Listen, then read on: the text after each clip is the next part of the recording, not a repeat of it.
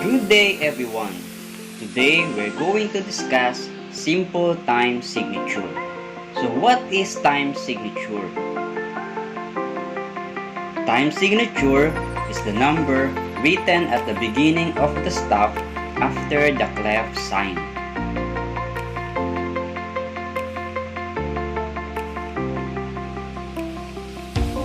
The upper number tells us the number of beats in every measure, while the lower number indicates the kind of note that receives one beat.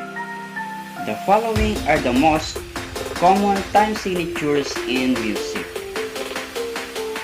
2/4 time signature, 3/4 time signature, and 4/4 time signature.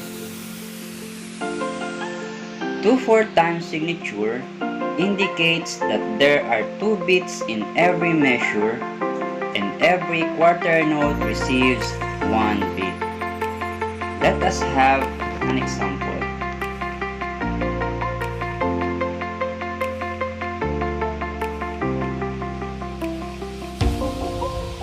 In the first measure, we have quarter note that receives 1 beat, another quarter note that receives 1 beat, so the first measure has 2 beats.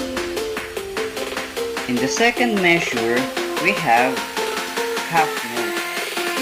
Half note receives 2 beats, so the second measure has 2 beats.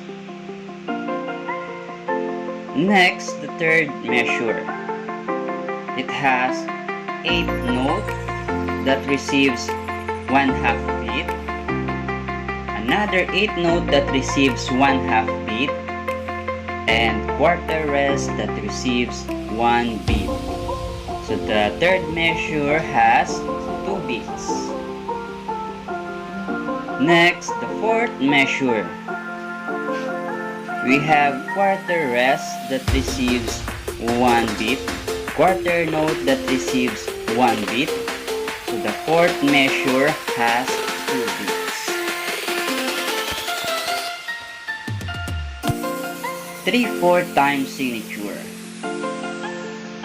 3/4 time signature indicates that there are 3 beats in every measure and every quarter note receives 1 beat. So these are the examples. In the first measure, we have half note that receives 2 beats, quarter note that receives 1 beat, so the first measure has 3 beats. The second measure, we have quarter note that receives 1 beat, quarter rest that receives 1 beat, and quarter note that receives 1 beat. So the second measure has 3 beats.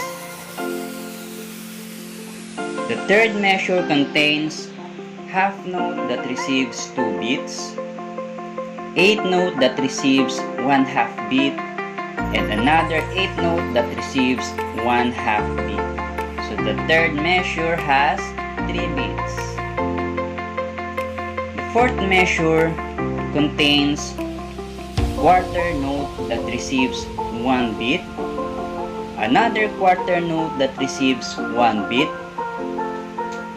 8th note that receives 1/2 beat, and another 8th note that receives 1/2 beat. So the fourth measure has 3 beats.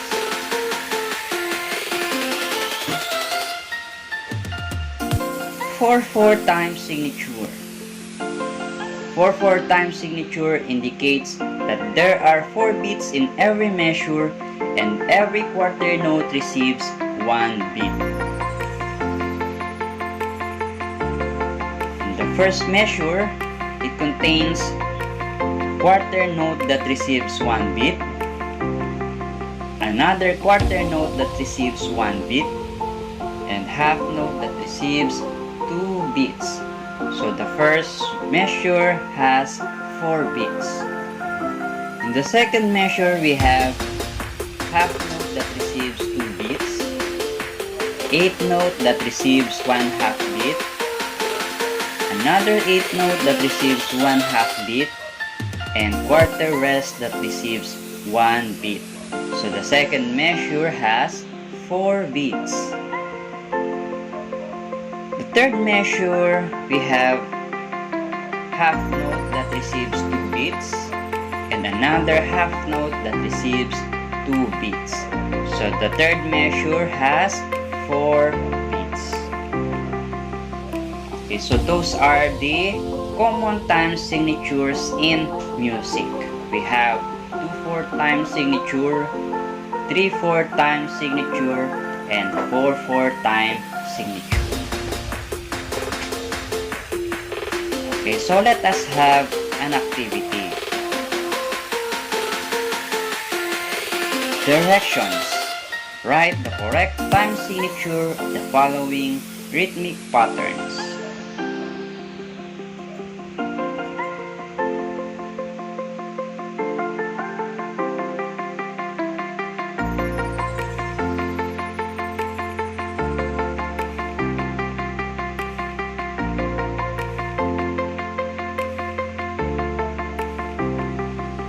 Directions. Group the following notes and rest according to the given time signatures by illustrating bar lines.